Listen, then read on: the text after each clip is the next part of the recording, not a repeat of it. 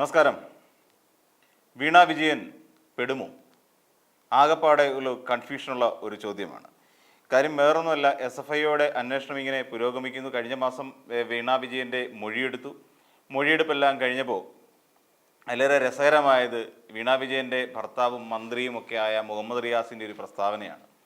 അതായത്, നിങ്ങൾ പലപ്പോഴും പറഞ്ഞില്ലേ, ഇപ്പോൾ കണ്ടില്ലേ എൻ്റെ ഭാര്യയുടെ മൊഴിയെടുത്തു, നിങ്ങൾ പലപ്പോഴും പറഞ്ഞില്ലേ CMRലുമായുള്ള അഴിമതിക്ക് സ്വത്തുതീർപ്പാക്കാൻ വേണ്ടി ഇവിടെ CPM-ഉം BJP-യും കൂടെ കൈകോർത്തിരിക്കുകയാണെന്നും തൃശ്ശൂരിൽ സുരേഷ് ഗോപിക്ക് ആ സീറ്റ് കൊടുത്തത് അതിൻ്റെ പിൻബലത്തിലാണ് എന്നൊക്കെ നിങ്ങൾ പറഞ്ഞു നടന്നില്ലേ?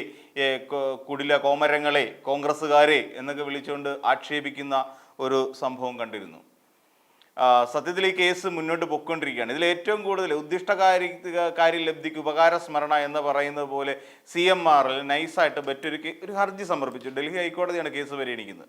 പക്ഷേ ഡൽഹി ഹൈക്കോടതി പറഞ്ഞിട്ടുണ്ട്, അറസ്റ്റ് ഇപ്പോൾ ഉടനെ ഒന്നും ചെയ്യാൻ പാടില്ല എന്നുള്ളൊരു കാര്യം ഡൽഹി ഹൈക്കോടതി പ്രത്യേകം മെൻഷൻ ചെയ്തിട്ടുണ്ട്. കുറ്റക്കാരിയാണെന്ന് കണ്ടെത്തി കഴിഞ്ഞാൽ അതിൻ്റെ ബാക്കിയുള്ള കാര്യങ്ങളിലേക്ക് പോകണം എന്നുള്ളതാണ്.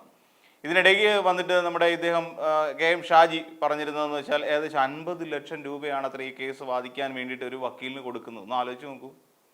നമ്മുടെ കേരളത്തിൻ്റെ അല്ലെങ്കിൽ നമ്മൾ ഓരോരുത്തരും കൊടുക്കുന്ന നികുതിപ്പണം ഉപയോഗിച്ചുകൊണ്ട് മുഖ്യമന്ത്രിയുടെ മകളുടെ കേസ് ഒത്തുതീർപ്പാക്കാൻ വേണ്ടി അല്ലെ കേസ് വാദിക്കാൻ വേണ്ടി ഒരു വക്കീലിനെ കൊണ്ടുവരുന്നു. ആ ഒരു തവണ വരുന്നതിന് അയാളുടെ ഫീസ് എന്ന് പറഞ്ഞാൽ 50 ലക്ഷം രൂപയാണെന്ന് KM ഷാജി പറയുന്നു. അപ്പോൾ KM ഷാജി പിന്നൊരു കാര്യം പറയുന്നത്, തൻ്റെ കേസുകളെല്ലാം ഒത്തുതീർപ്പാക്കാൻ സ്വന്തം പോക്കറ്റിൽ നിന്ന് അല്ലെ സ്വന്തം കീശയിൽ നിന്ന് കാശെടുത്ത് കൊടുക്കുകയാണ് പതിവ്. ഇവിടെ അങ്ങനെയല്ല. മുഖ്യമന്ത്രി സ്വന്തം കീശയിൽ നിന്ന് എടുത്ത് കൊടുക്കുന്ന പൈസയല്ല. അങ്ങനെ സ്വന്തം കീശയിൽ നിന്ന് എടുത്ത് കൊടുക്കുകയാണെങ്കിൽ എവിടെ നിന്നാണ് മുഖ്യമന്ത്രിക്ക് 50 ലക്ഷം രൂപ എന്ന് പൊതുജനം ചോദിക്കും. അതുകൊണ്ട് തൽക്കാലം സ്വന്തം കീശയിൽ നിന്നല്ല എടുത്ത് കൊടുക്കുന്നതെന്നർത്ഥം. അപ്പോൾ CMRൽ അപ്പോൾ നന്ദി സ്മരണ സൂചകമായി ഒരു ഹർജി ഫയൽ ചെയ്തു. ആ ഹർജി പറയുന്നത്, എന്തിനാണ് ഇപ്പോൾ SFIയുടെ അന്വേഷണം, അതിന് തുടരന്വേഷണത്തിൻ്റെയൊക്കെ ആവശ്യമുണ്ടോ? വേണ്ട. കാര്യം ഞങ്ങൾ തമ്മിൽ അങ്ങനെ കാര്യങ്ങളൊന്നും ഇല്ല, അങ്ങനെ ഒരു തുടരന്വേഷണത്തിൻ്റെ ആവശ്യമൊന്നും ഇല്ല. അതുകൊണ്ട് പിന്നെ ഒരു കാര്യം ചെയ്യും, തൽക്കാലം കാര്യം എന്ന് വെച്ചാൽ ഇവിടെ ഒരു tax register of interim settlement board ഈ കേസ് തീർപ്പാക്കിയതാണ്. അപ്പോൾ അതിൻ്റെ റിപ്പോർട്ടുകളൊക്കെ നമ്മുടെ കൈവശമുണ്ട്. അതുകൊണ്ട് തൽക്കാലം നിങ്ങൾ ഈ കേസ് തുടരന്വേഷണം നടത്തിക്കണ്ട എന്നാണ് അത്രേ എന്ന് പറഞ്ഞുകൊണ്ട് ഒരു ഹർജി ഡൽഹി ഹൈക്കോടതിയിൽ ഫയൽ ചെയ്തു. അവർ പറഞ്ഞൊന്നും പറ്റത്തില്ല, അയ്യോ കേസൊക്കെയാണ്, ഈ കേസ് എന്തായാലും SFIO അന്വേഷിക്കുന്ന സ്ഥിതിക്ക് അല്ലെങ്കിൽ ഏറ്റെടുത്ത സ്ഥിതിക്ക് ഇതുമായി ബന്ധപ്പെട്ട അന്വേഷണങ്ങൾ മുന്നോട്ട് പോകും. പക്ഷേ അതിൻ്റെ അന്തിമ ഘട്ടത്തിൽ ഏകദേശം 2 ആഴ്ചക്കകത്ത് തന്നെ ഇത് സംബന്ധിച്ചുള്ള അന്വേഷണം പൂർത്തിയാക്കണം. അപ്പോൾ ഇങ്ങനെ തുടങ്ങിയ 20 പേരുടെ മൊഴി ഇതിനോടകം തന്നെ എടുത്തു കഴിഞ്ഞിട്ടുണ്ട്. അപ്പോൾ ഇങ്ങനെ കേസ് നല്ല പുരോഗതിയിൽ തന്നെ മുന്നോട്ട് പോവുകയാണ്. അപ്പോൾ അങ്ങനെ വരുന്ന സാഹചര്യത്തിൽ തന്നെ നമുക്ക് വേണമെന്നുണ്ടെങ്കിൽ ഈ മുഹമ്മദ് റിയാസ് പറഞ്ഞതും കൂടെ നമുക്ക് ചേർത്ത് വായിക്കാൻ കഴിയുന്നതേ ഉള്ളൂ. കാര്യം ഞങ്ങൾ തമ്മിൽ യാതൊരു അടുപ്പവുമില്ല, BJP-യും RSSുമായി ഞങ്ങൾക്ക് യാതൊരു ഹിഡൻ അജണ്ടയും ഇല്ല, അന്തർധാരയൊന്നും സജീവമല്ല എന്നുള്ള കാര്യം വേണമെങ്കിൽ ഇതിനോടൊപ്പം നമുക്ക് ചേർത്ത് വായിക്കാം. അത് വെറുതെ പിണറായി വിജയനെയും പാർട്ടിയെയും ഒന്ന് രക്ഷിച്ചെടുക്കാൻ വേണ്ടി പറയാം എന്നുള്ളതിനപ്പുറത്തേക്ക് അതിന് വലിയ പ്രാധാന്യമൊന്നുമില്ല.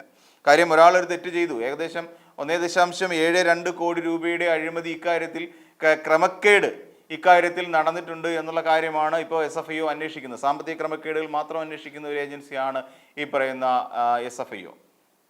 അപ്പോൾ അങ്ങനെ ഉള്ള ഒരു സീരിയസ് ഫ്രോഡ് ഇൻവെസ്റ്റിഗേഷൻ ഇവിടെ നടന്നിട്ടുണ്ട് എന്ന അതിന് പറ്റിയ ഒരു ഫ്രോഡുലൻ്റ് ആക്ടിവിറ്റീസ് ഇവിടെ നടന്നിട്ടുണ്ട് എന്നുള്ള കാര്യം തന്നെയാണ് കണ്ടെത്തിയിരിക്കുന്നത്. അതോടൊപ്പം എന്തുകൊണ്ടാണ് എന്ന് ചോദിച്ചു കഴിഞ്ഞാൽ, ഇവിടെ എക്സാലോജിക് എന്ന് പറയുന്ന വീണ വിജയൻ്റെ ഒരു കമ്പനിയുണ്ട്, അതൊരു കറക്ക് കമ്പനിയാണ് എന്നുള്ളതാണ് ഷോൺ ജോർജ് ഒരു തവണ ഇതിനെക്കുറിച്ച് പറഞ്ഞത്. അദ്ദേഹം ഈ ഷോൺ ജോർജ് ഇതിലേക്ക് കക്ഷി ചേരാൻ വേണ്ടിയിട്ടുള്ള അപേക്ഷ കോടതിയിൽ മൂവ് ചെയ്തിട്ടുണ്ടെന്നാണ് അറിയാൻ കഴിയുന്നത്. അത് അഭിഭാഷകൻ കൂടിയാണ്. അപ്പം ഇതിനകത്ത് പറയുന്ന കാര്യം, അങ്ങനെ ചിന്തിക്കുമ്പോൾ ഈ കറക്ക് കമ്പനിയുടെ തലപ്പത്തിരിക്കുന്ന വീണ വിജയൻ ഏറെക്കുറെ അവരുടെ യാത്രകൾ, താമസ ചെലവുകൾ, എന്തിനേറെ ആഹാരം കഴിക്കുന്നത് പോലും ചെലവഴിച്ചുകൊണ്ടിരുന്നത് ഈ പറയുന്ന CMRL എന്ന് പറയുന്ന കമ്പനി തന്നെ ആയിരുന്നു എന്നുള്ളതിൻ്റെ തെളിവുകൾ പലതും പുറത്തു വരുന്നുണ്ട്. അത്തരത്തിലുള്ള ഒരു മൊഴിയെടുപ്പാണ് കഴിഞ്ഞ മാസം ചെന്നൈയിൽ ഈ എക്സാലോജിക്കിൻ്റെ ഓഫീസിൽ വെച്ച് നടന്നത്. അപ്പോൾ ഇങ്ങനെയുള്ള കുറേ കാര്യങ്ങളുണ്ട്. അപ്പോൾ അതിൻ്റെയൊക്കെ ബേസിക്കായിട്ട് അർത്ഥം എന്ന് പറഞ്ഞാൽ എന്തു തന്നെ ആയിരുന്നാലും വീണ വിജയൻ ഈ കേസിൽ അകത്ത് പോകാനുള്ള എല്ലാ സാധ്യതകളുമുണ്ട്. കാര്യം തെളിവുകളും സാക്ഷിമൊഴികളും അടക്കം ഏകദേശം 20ഓളം മൊഴികൾ രേഖപ്പെടുത്തി കഴിഞ്ഞിട്ടുണ്ട്. അതിൻ്റെ ഇടയിലാണ് CMRL പറഞ്ഞത് ഞങ്ങളുടെ അന്വേഷണം റദ്ദ് ചെയ്യണം, കാര്യം ഇങ്ങനെ സെറ്റിൽമെൻ്റ് ആയി കഴിഞ്ഞതാണ് തുടങ്ങിയ വാദമുഖങ്ങളൊക്കെ ഉയർത്തുന്നുണ്ടെങ്കിൽ പോലും അതൊന്നും ഇപ്പോൾ ഫലിക്കാത്ത അവസ്ഥയിലാണ്.